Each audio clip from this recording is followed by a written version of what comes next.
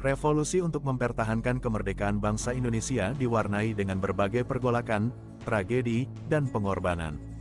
Tragedi dan pengorbanan tersebut antara lain tercatat dalam sejarah perjuangan di daerah Malang, Jawa Timur sepanjang tahun 1947. Peristiwa yang dikenal dengan peristiwa Malang Lautan Api tersebut merupakan tekad bangsa Indonesia, termasuk rakyat Malang, untuk menolak kembalinya penjajahan. Kemerdekaan Indonesia yang usianya masih seumur jagung, misalnya sepanjang tahun 1945 hingga 1947, menyebabkan terjadinya beragam pertempuran antara pihak Indonesia dan Belanda untuk mempertahankan kemerdekaan bangsa Indonesia. Akhirnya pihak Indonesia dan pihak Belanda melakukan gencatan senjata melalui Perjanjian Linggarjati. Perjanjian yang disepakati pada tanggal 25 Maret tahun 1947 tersebut ternyata dilanggar oleh pihak Belanda sendiri. Sebagaimana diceritakan di dalam buku Sekitar Perang Kemerdekaan Indonesia Jilid 10 tahun 1991, tepatnya pada tanggal 15 Juli tahun 1947, Jenderal Van Mook mengeluarkan ultimatum kepada Republik Indonesia untuk menarik pasukan sejauh 10 km dari garis demarkasi yang telah disepakati. Di wilayah Indonesia yang kaya dan multiagama ini, pemerintah Belanda yakin akan mendapatkan kerjasama dan persetujuan atas keputusan ini dari orang-orang yang tak terhitung jumlahnya. Akan tetapi, Belanda tidak merasa bersalah atas pelanggaran yang mereka lakukan. Maka, Belanda berargumen bahwa Republik Indonesia dan Belanda adalah negara bersatu di bawah Ratu Belanda. Dan pada akhirnya, pada tanggal 20 Juli tahun 1947, melalui Jenderal Van Mook, Belanda mengumumkan adanya agresi militer Belanda yang akan dilakukan di Sumatera, Madura, dan Jawa, termasuk di daerah Malang, Jawa Timur. Pada tanggal 21 Juli tahun 1947, Belanda melakukan operasi militer di Sumatera, Jawa, dan Madura. Operasi ini mereka sebut dengan Operasi Produk. Operasi Produk ini bertujuan untuk menghidupkan kembali pabrik, perusahaan, dan pertanian atau perkebunan Belanda yang telah berhenti beroperasi, khususnya di Jawa Timur. Saat itu, Belanda berupaya menghidupkan kembali 40 perusahaan gula, 70 perkebunan kopi, 72 perkebunan karet, 5 perkebunan teh, dan 3 perkebunan kian. Hal tersebut dilakukan oleh Belanda, agar Belanda dapat kembali memproduksi produk yang dapat dijual di pasar dalam negeri, sehingga mampu menambah kas Belanda yang telah mengalami kerugian besar akibat Perang Dunia Kedua. Dalam operasi produk atau yang dikenal dengan agresi militer Belanda ke-1, pasukan militer Belanda yang dipimpin oleh Jenderal Van Mook mengirimkan pasukannya ke sejumlah daerah yang telah ditetapkan sebagai operasi militernya. Salah satu tempat yang menjadi sasaran operasi militer adalah daerah Malang, Jawa Timur. Untuk menguasai daerah Malang, Belanda mengerahkan Brigade 10 di bawah pimpinan Mayor Jenderal Bayek yang bergerak dari Surabaya menuju kota Malang. Selain itu, untuk menambah kekuatan militernya, Belanda juga mengerahkan Brigade Marinir di bawah pimpinan Brigade Marinir W.A.J. Roelofse. Namun, sebelum Belanda masuk dan menguasai wilayah Malang, Brigade Kavaleri 10 ini bergerak ke sejumlah kota di Jawa Timur. Misalnya di wilayah Sidoarjo, meski mendapat perlawanan sengit dari pejuang Indonesia di wilayah Sidoarjo. Karena kalah senjata, militer Belanda berhasil menguasai kota Sidoarjo. Tidak hanya di Sidoarjo, militer Belanda juga berhasil mendaratkan pasukannya di pantai Pasir Putih Situbondo. Keesokan harinya, tepatnya pada tanggal 22 Juli tahun 1947, Brigade 10 berhasil menguasai pertahanan militer Indonesia di wilayah Porong. Saat itu, pasukan Divisi 7 Suropati di bawah pimpinan Majen Imam Sujai tidak mampu menahan kubu militer Belanda. Dan pada tanggal 23 Juli tahun 1947, Brigade 10 tentara Belanda akhirnya sampai di daerah Lawang yang merupakan pintu gerbang masuk ke wilayah Malang, Jawa Timur. Dalam sejarah, berbagai daerah di Jawa Timur yang berhasil dikuasai oleh militer Belanda. Penyerbuan militer Belanda ke kota Malang dengan menggunakan sandi produk Zuid atau produk selatan menjadi operasi tersulit yang dilakukan oleh Belanda. Karena di sepanjang jalan menuju kota Malang terdapat pilar-pilar pertahanan militer Indonesia, termasuk barikade dan lapis baja tank. Selain itu, Wilayah Malang yang saat itu berada di bawah komando Resimen 38 pimpinan Kolonel Hamid Rusdi melakukan politik bakar atau pembakaran terhadap seluruh bangunan yang ada di wilayah Malang. Saat itu, sebelum Belanda datang ke kota Malang, dengan mengendarai mobil jeep, Kolonel Hamid Rusdi berkeliling kota dan memerintahkan seluruh rakyat untuk meratakan bangunan-bangunan Belanda di wilayah Malang. Siasat ini dilakukan agar Belanda tidak dapat menggunakan berbagai aset yang berada di wilayah Malang. Karena seruan Kolonel Hamid Rusdi untuk melakukan pembakaran dan bumi hangus wilayah Malang, akhirnya seluruh warga Malang dari berbagai golongan ikut berpartisipasi dalam siasat bumi hangus tersebut, yang dikenal dengan siasat Malang Lautan Api. Hanya dalam hitungan waktu 1 kali 24 jam, mulai tanggal 22 Juli dini hari hingga tanggal 23 Juli tahun 1947 para pejuang dan arek-arek Malang berhasil membakar semua bangunan yang ada di wilayah Malang hingga tak tersisa.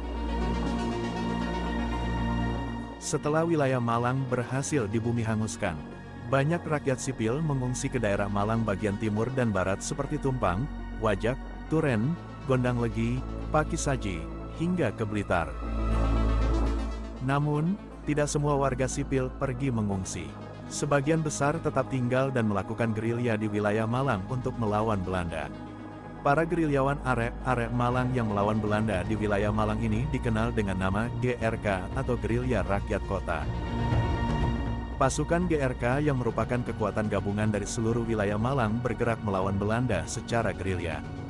Dalam gerakan gerilya yang dilakukan pejuang arek-arek Malang untuk mengelabui Belanda, para pejuang GRK membuat sebuah kode rahasia yang hanya diketahui oleh para pejuang saja. Salah seorang ulama pondok pesantren Miftahul Huda Malang, Kiai Yahya, dalam tugasnya, dengan cerdas membuat kode-kode rahasia untuk kelancaran komunikasi. Dari kode-kode rahasia atau kode-kode penting yang lahir pada masa agresi militer Belanda pertama itulah, kemudian melekat pada warga Malang sampai sekarang. Kode tersebut adalah kode dalam bahasa terbalik, seperti datang menjadi ngatat, pergi menjadi igrep, serbu menjadi ubzer, dan lain-lain.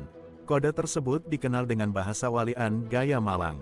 Bahasa walian ini menjadi kode rahasia bagi para pejuang gerilya Malang untuk menyusup ke wilayah musuh, termasuk Belanda. Namun, terlepas dari berbagai upaya yang dilakukan oleh para pejuang gerilya karena kalah senjata, pada tanggal 31 Juli tahun 1947, pasukan Belanda berhasil mengalahkan arek-arek Malang dan berhasil memasuki wilayah Malang. Meskipun militer Belanda telah berhasil menembus dan menguasai wilayah Malang, dengan semangat pejuang, arek-arek Malang tetap berjuang keras mempertahankan wilayah Malang. Dari perlawanan para pejuang arek-arek Malang yang melakukan gerilya ketika Belanda berhasil menguasai kota Malang, satu-satunya pertempuran frontal yang terjadi di wilayah Malang yaitu pertempuran antara pasukan KNIL Belanda dengan pasukan TRIP atau Tentara Republik Indonesia Pelajar Wilayah Malang. Saat itu, Tentara Republik Indonesia Pelajar Brigade 17, Batalion 5000, tetap bertahan di sekitar Jalan Salak Malang. Pada tanggal 31 Juli tahun 1947, setelah Belanda menguasai Malang, pasukan TRIP melakukan perlawanan di lapangan pacuan kuda Betek hingga Jalan Salak. Di pertempuran yang tak seimbang dan berlangsung selama 5 jam ini, pasukan TRIP menyerang dengan senjata seadanya. Namun tentara Belanda dengan persenjataan lengkap tak tanggung-tanggung melawan. Kekuatan yang tak sebanding ini membuat pasukan TRIP kewalahan. Bahkan pasukan TRIP yang melakukan perlawanan di Jalan Salak sebagian dilindas tank-tank tentara Belanda. Komandan TRIP, Brigadir Batalion Infanteri 5000, Susanto, gugur dalam pertempuran ini. Perlawanan yang dilakukan Tentara Pelajar Republik Indonesia atau TRIP mengakibatkan 34 prajurit Tentara Pelajar Republik Indonesia di Malang gugur dengan hormat. Sementara itu, pasukan TRIP yang masih selamat dan terluka harus ditawan oleh tentara Belanda. Setelah pertempuran berakhir, sebanyak 34 prajurit gugur, termasuk Panglima Susanto dimakamkan dalam satu lubang. Perjuangan kelompok pemuda ini menjadi titik balik perlawanan terhadap Belanda di Malang secara gerilya. Hal ini dilakukan pada saat agresi militer Belanda pertama berakhir hingga tanggal 5 Agustus tahun 1947. Seiring berjalannya waktu, setelah agresi militer Belanda pertama berakhir pada tanggal 5 Agustus tahun 1947, pihak Indonesia dan pihak Belanda mengadakan pertemuan di kapal Renville, atau yang lebih dikenal dengan nama Perjanjian Renville. Karena berbagai perjanjian yang telah dibuat antara pihak Indonesia dan pihak Belanda belum terpenuhi, hingga membuat kerugian bagi Indonesia dengan wilayah Indonesia yang semakin kecil, termasuk wilayah kota Malang yang menjadi wilayah Belanda. Namun, meskipun perjanjian tersebut merugikan wilayah Indonesia, termasuk daerah Malang yang menjadi wilayah Belanda, perlawanan para pejuang arek-arek Malang tetap dilakukan. Meski pada awalnya mereka meninggalkan kota Malang, namun para pejuang arek-arek Malang secara diam-diam kembali ke wilayah Malang untuk melakukan perang gerilya melawan Belanda. Sebagaimana dikisahkan oleh Nur Hadi, seorang sejarawan asli Malang. Dalam wawancaranya di stasiun televisi TV One, Nur Hadi menyebutkan bahwa para pejuang kembali menyerbu kota Malang, seperti pasukan pimpinan Samsul Islam dengan pasukannya yang menyusup melalui Pasuruan. Sedangkan pasukan pimpinan Abdul Syarif menyusup melalui Probolinggo, kemudian Kompi Kiai Ilyas dan Kompi Suwanda menerobos masuk melalui Lumajang. Demikian pula pasukan dari Brigade 3 dan 4 Seruji juga masuk melalui Tempur Sari. Mereka, pejuang arek-arek Malang, kian gencar terus melakukan perlawanan terhadap pasukan Belanda secara gerilya hingga berakhirnya agresi militer Belanda pada tahun 1949. Untuk mengenang kisah heroik Tentara Republik Indonesia Pelajar atau TRIP wilayah Malang, dibangunlah Monumen Pahlawan TRIP yang diresmikan oleh Presiden Soekarno pada tahun 1959. Dan nama Jalan Salak yang dulunya merupakan lokasi pertempuran antara Belanda dan pasukan TRIP diganti menjadi Jalan Pahlawan TRIP.